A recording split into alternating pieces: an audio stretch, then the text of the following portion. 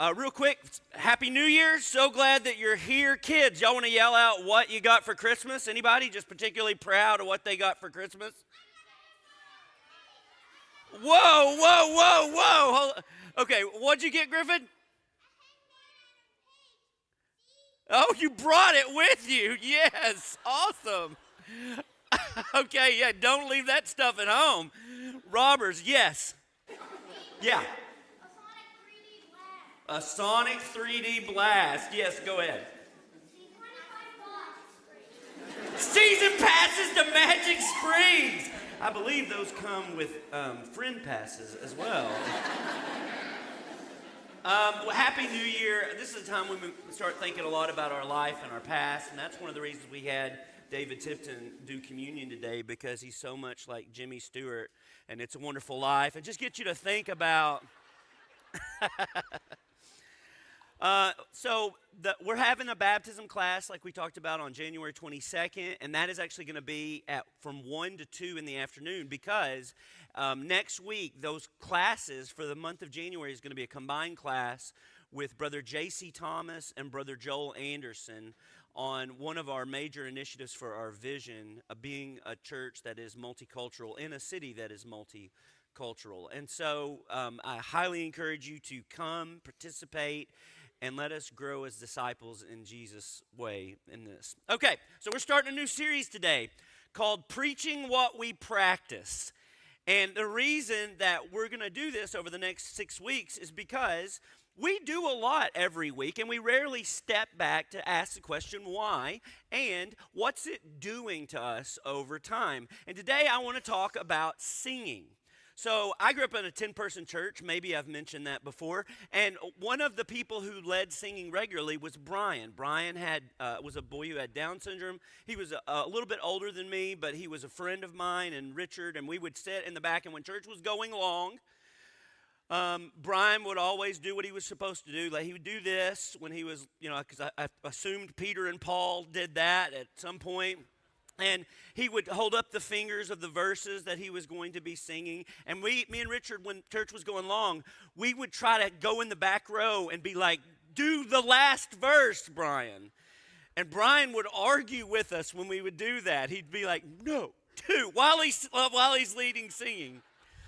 But my favorite story, we had 10 people, and Brother Foy, who was kind of the patriarch of the church, he loved to sing, and sometimes he chose songs that were not appropriate for the 10-person church, especially the 10 people that were in this church, because he was a bit ambitious. And one of those songs, I'll never forget it, because he loved it. He sang it regularly, even though we should not have ever tried to attempt this song, was How I Love the Great Redeemer.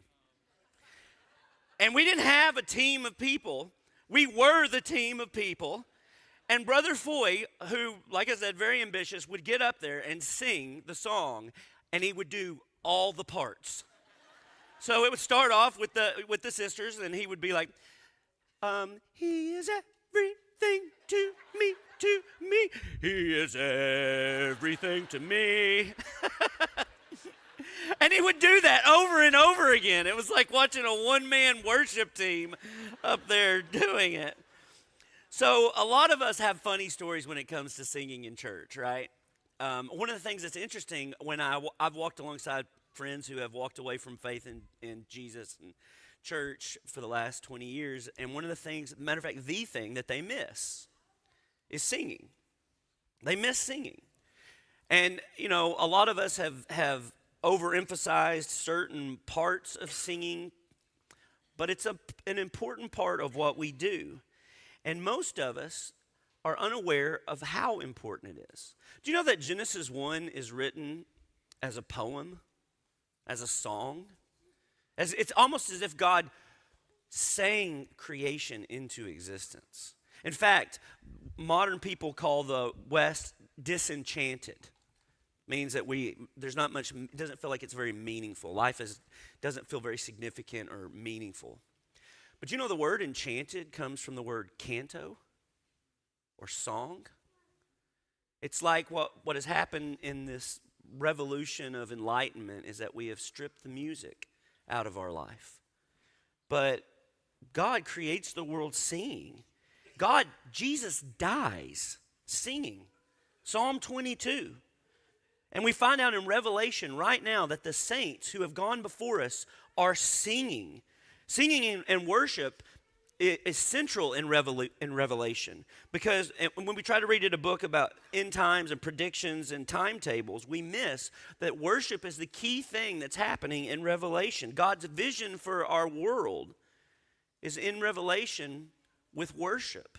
So basically, the Bible talks about God starts the world by singing, that God dies singing, and all of heaven right now is singing, and eventually all of us was. In fact, the longest book in the Bible, what is it?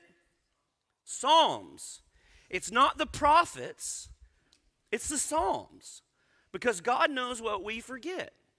What we in the Reformation have certainly forgot. We make preaching the central event. I think communion is the central event. I think singing is a more central event. God knows that what we have forgotten, that the songs can do what the prophets cannot. In fact, I've seen this a lot, and you have too. The biggest lever for changing a human heart is not what you hear a preacher say. It's what you hear yourself sing. Some of us care a lot about things like justice and helping other people. Why do you care about that? If you go back far enough, you'll probably realize you heard your grandparents singing about it. In fact, what we take for self-evident these days, that all human beings are created equal, that's not evident. Like, human beings by their very nature are different from one another. We have different talents and backgrounds and flaws. We're not equal unless you're appealing to some common source outside of ourselves for identity. And one of the reasons I think the American creeds are still there is because there's been communities of faith all around the country, all around the West, singing songs like that. And part of the reason we treat singing like such a secondary thing is because we don't realize what a gift it is. Do you know 500 years ago in the pre-Reformation, did you know that singing, only the professionals could sing? Did you know that? There was a rule. Some of y'all are like, I wish that was still a rule for some people. But no, there was a rule that only the professionals could sing.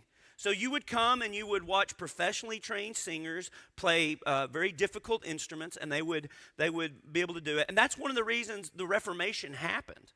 And by the way, it's also one of the reasons we do church the way we do. Like, you'll notice Josh often drops out so you can sing. We don't call this a stage.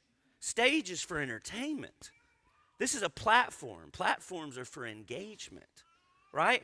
The whole purpose of one of the big purposes of the Reformation was to give singing back to God's people. In fact, the great reformers, people like Martin Luther, they wrote gospel hymns to beer music, bar tunes, so that people would be able to hear and learn the story of God as they sang about it. Okay, so in the New York Times a couple of years ago, there was this article called In One Ear and Out the Other by Natalie Angier, who says, have you ever noticed that what you hear people sing, the songs you hear, you can't forget? It's why you can't remember your best friend's birthday, but you can't shake that, all the words to Gilligan's Island, right? Because this is true. This is true. Your brain is wired to remember. In fact, you've seen this. You've seen this with people who have Alzheimer's or dementia in their final stages. When they can't remember their own name, they can remember the words to Be Thou My Vision. I remember at Highland, the church I worked at in Abilene, there was this woman named Winnie Gibbs, and she didn't know her kids' names. She didn't know anyone, but she sang on our praise team. And every Sunday, it was like watching a miracle, because she would stand up and remember all the words to the songs she had grown up singing. Now, here's why this matters. Because in a modern Western world that's full of technological things that we call progress, often we forget that progress is always a trade-off. And we're losing to our iPhones and our Alexas. We're losing the last corners of things like silence and places that we have. Now, I'm grateful for that. But I'm grateful for a lot of technological innovations. I have an iPhone, I have an Alexa. But when was the last time you were at a football game or a baseball game and the crowd sang the national anthem instead of Beyonce? When was the last time? And think about your own life. When was the last time Christmas carolers came to your door? When was the last time you went Christmas caroling? When was the last time you invited friends over to sing and take turns playing pianos? Just a decade, 2 decades ago, these were not uncommon events. Now they especially seem to younger modern people like absurd things. The great irony is that it's music itself that has helped us be able to forget music. So let me give you an example. This is an Alexa. I've got several of these, one in my office. So, this is my office Alexa. Alexa, Alexa, play music by Yo-Yo Ma. Here's some music by Yo-Yo Ma on Amazon Music. Yo-Yo Ma is one of the greatest musicians who have ever existed. He's a cellist. And Steve Jobs, who was not a believer, said that one of the things that made him think God might be possible is listening to Yo-Yo Ma. You could get lost listening to his ability to play the cello. He's an incredible musician. And yet, it took absolutely no effort to do what I just did.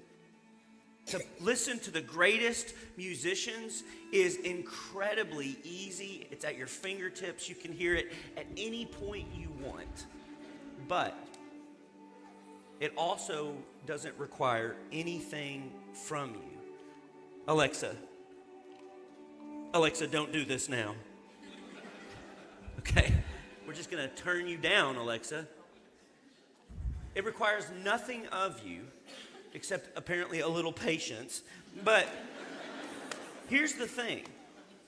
There's a big difference between playing a CD. By the way, young people, CD is this round thing that you used to put into devices.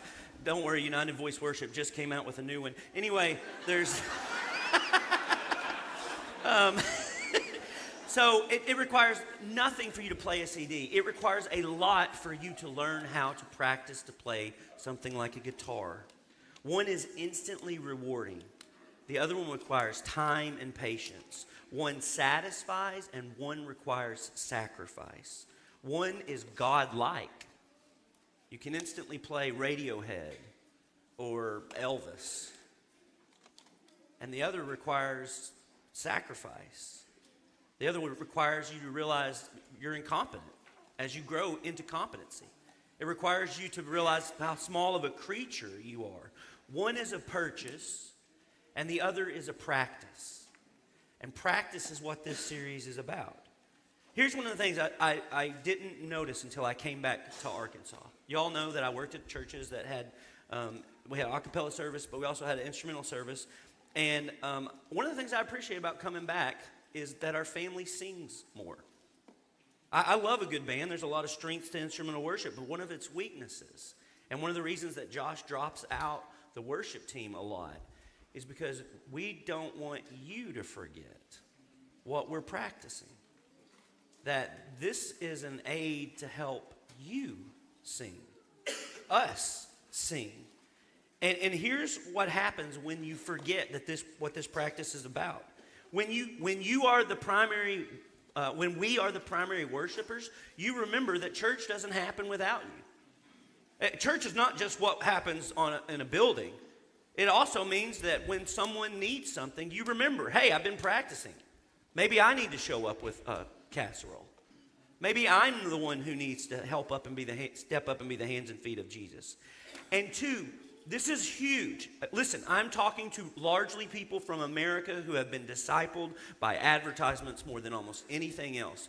We are not the recipients of worship. We are the worshipers. If you don't like worship one day, it's okay. We're not worshiping you, right? In the last 100 years in Christianity, there's been a phrase that has crept in, which is it's a good idea, a personal relationship with Jesus. I'm a big fan of people knowing, hey, Jesus cares for you personally and individually. But a personal relationship with Jesus does not stop with a personal relationship with Jesus, because Jesus has a bride. And that bride is full of people that you would not handpick out of a catalog. It's not people that you would naturally just spend vacation with. It is people who would naturally be often your enemies. And this is the people that come along with Jesus. And the reason I'm saying this is because corporate singing is one of the ways you realize your smallness. There's a great psalm, the beginning of a psalm, where the psalmist says, "What are human beings that you are mindful of us?" Maybe we should start all of our services with that question. We are not the center of this. Why does God care for us? Do you know when I was growing up, you know how you listen to music? If you didn't have money to buy the tapes or the CDs, you know what'd you have to do? Radio. And then if you wanted to hear a song, my jam when I was a little boy was La Bamba. I loved La Bamba. If you wanted to hear La Bamba, you'd have to call and ask them to play it on the radio. You have to use a phone. It was plugged into a wall, this whole thing. So you had to call and ask them to play the song and then wait. And sometimes they wouldn't even play it. But you just realize the whole world doesn't revolve around you. This is one of the last places in your area, your community, where you're being reminded every time we gather, the world is not centered around you. Now listen, it is good for me to sing songs that I don't like. And I do it. It's good for you to do that. But songs that other people might like. Because we can't do corporate singing alone, right? Eventually, if you want for your worship to just reflect you, you're not worshiping the God of Jesus Christ.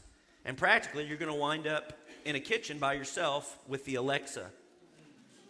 So we're used to picking the songs we like from iPods and stuff. But now, let's get into it. Do you know people who left church because of changes in worship? And if you ask, they're like, what changes? I bet they still do communion. I bet they still preach and baptize, and I bet they still, do. They didn't get rid of announcements, I guarantee you. But they would say, well, we don't like this X, Y, and Z kind of singing. And by the way, this is spread out against all generations. This is a multi-generational problem because every generation has sin, right? And so I've seen this in all different kinds of tribes and all different kinds of denominations. It can be whether you prefer hymns or contemporary Christian music, instrumental, a cappella, Gregorian chant, classical, jazz, all of that stuff. Our problem is we celebrate, bemoan, criticize, and judge church on what we like. We're deciding on the basis of what we like. And you're taking a step towards singing with an Alexa in your kitchen by yourself. You know what it actually reminds me of? Okay, so I love this. I absolutely love this. These are 1-star reviews of famous places. Somebody went to the Windsor Castle, and this is what they thought was appropriate to say about it. Boring. I love how many O's are in there. The only worthwhile part of seeing this majestic castle was harassing the guard. Okay, go to the next one. Just a few rocks.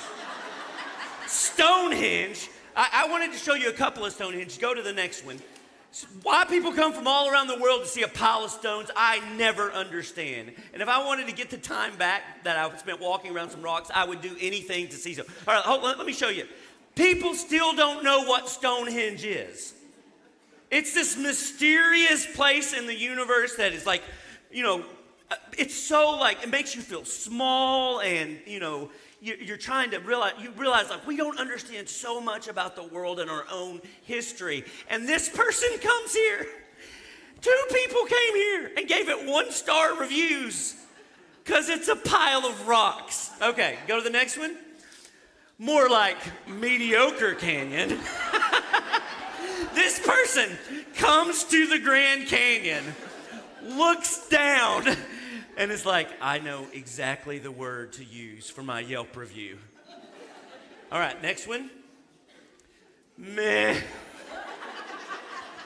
Big Ben, it's just a clock. That's all it is. Yeah, sure, hundreds of years of cultural history. Yeah, meh. Thank you, sir, for your sophisticated. How about this one? They go to the Sequoia Natural Forest. They see these trees. This is epic, right? And the bugs, they get me on my face and stuff. Okay, Statue of Liberty. This is the gift from France. But you know what? They sneezed on my food. And if you're from Texas or you're visiting from Texas, this one will really tick you off. Yeah, lots of blood was spilled. So what? It's such a boring thing. Good thing they didn't charge money for it, because I'd have had to ask for my money back. Okay, I want you to see that, because you see it's silly when they do it. But do you realize what happens at church? Like, not just this church. In churches all across the world. Whenever God's people gather, when did we lose the realization that that heaven is listening to you sing, to us as we sing? How did I start approaching this moment like it had anything to do with me? Because we can see it's silly and ridiculous when they do it. But is this not in us too? So here's what I want you to see. We're talking about practice. If we show up to church being like, I hope they do what I like today, you might be practicing something that's going to take you in a direction you don't want to go. St. Augustine, one of the greatest Christian thinkers in history, said, worshiping with song is praying twice. It's a spiritual practice. So what would happen if we started to approach this like a spiritual practice? Well, one of the things is you'd realize you need to start singing. One of the reasons, especially dudes, I want to talk to dudes just for a hot second. One of the reasons you don't like singing is because it's one of the most vulnerable things you can do. But for those of you who grew up in church, I bet you remember your dad singing, if your dad sang. And here's what would happen if we started treating this as a practice that was practicing towards being something. One, we wouldn't expect immediate results. Anybody knows that if you're starting today, I don't think if you work out, you're going to be full of muscles tomorrow if you're starting today. You would realize this is something that requires practice. And second, you'd also realize this is not something you do to get something else. This is not a means to an end, it is an end. Do you know the actor Alec Guinness? Does anybody know who he is? What actor did he play? Or what character did he play? Obi-Wan Kenobi, that's right. Did you know that he was an atheist for a long time, and then late in life he converted to being a Christian? And in his memoirs, he writes about he was walking down the street one day, and then all of a sudden he felt led by the Spirit to just start running. So he starts running for 10 minutes, and then he gets to this small church he'd never been into. He walks into this empty country church, and he kneels down on his knees, and he begins to worship. And he's describing this moment.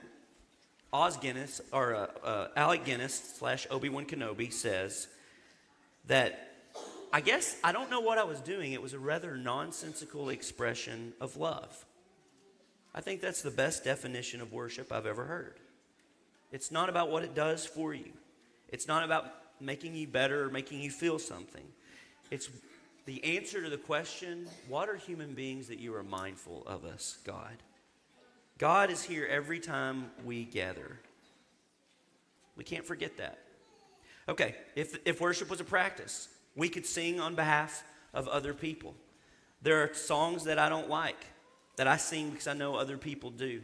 There are songs that my kids' generation like that I don't, and I sing on behalf of them. There are songs that my parents' generation like that I don't, but I sing on behalf of them. Randy Harris, who some of y'all know, he's like a Church of Christ curmudgeon monk. He's one of my best friends, and he told me once, he hates just about every song we sing in church. I said, which church? And he said, all of them. He has a few songs he really loves, but he said this, I have learned through the years to make my worship watching other people worship. That doesn't mean he doesn't sing. It means he's learned that the body of Christ is bigger than just him.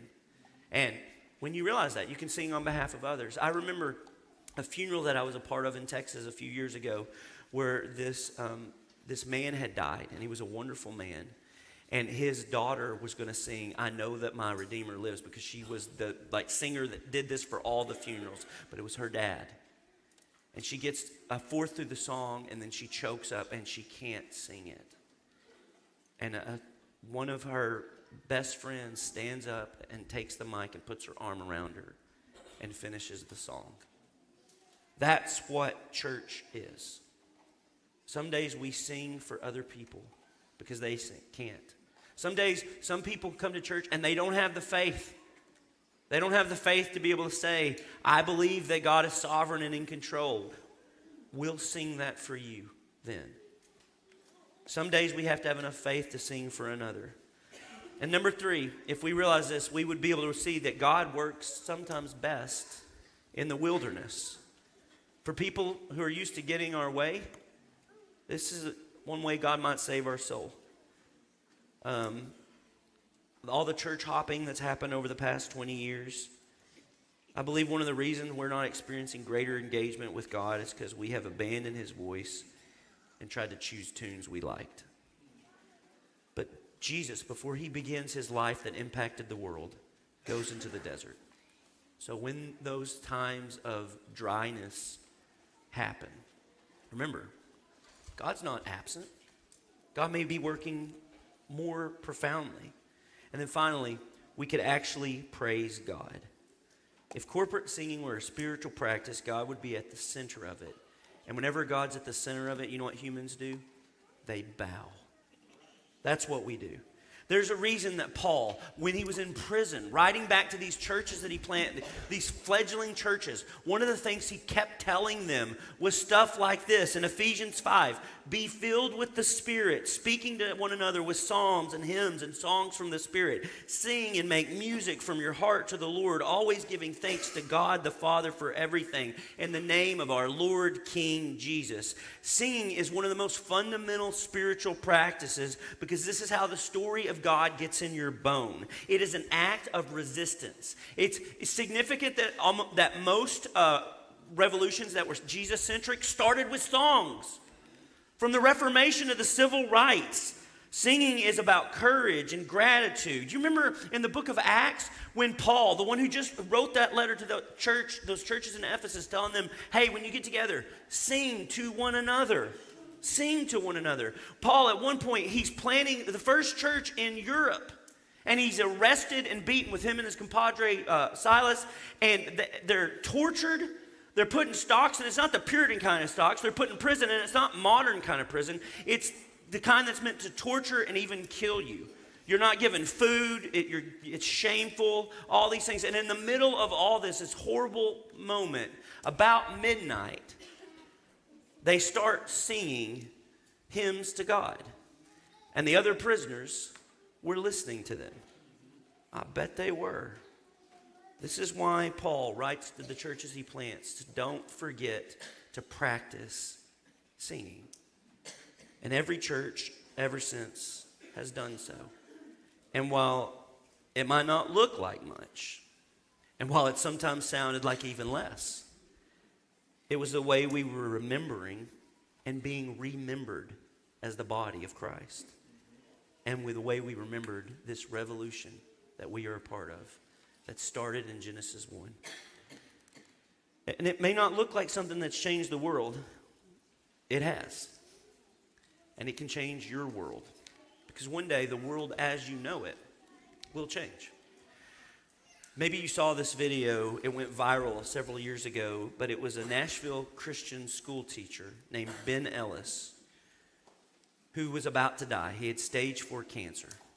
And because he had poured out his life to others, his students who loved him a lot came to do the one thing they knew would be the gift to leave him with.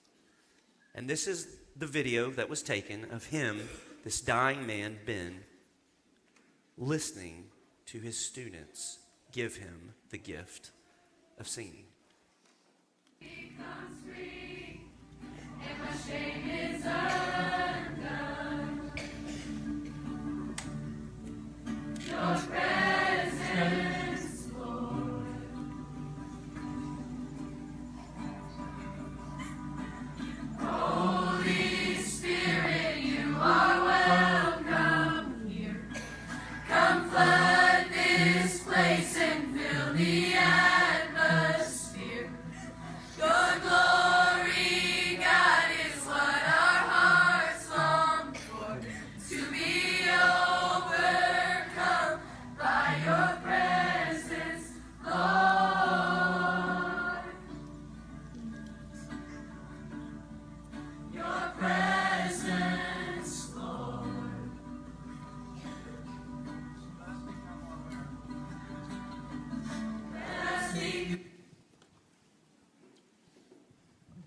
All practicing for when that day comes, when we're no longer just singing to God, but singing in the presence of God.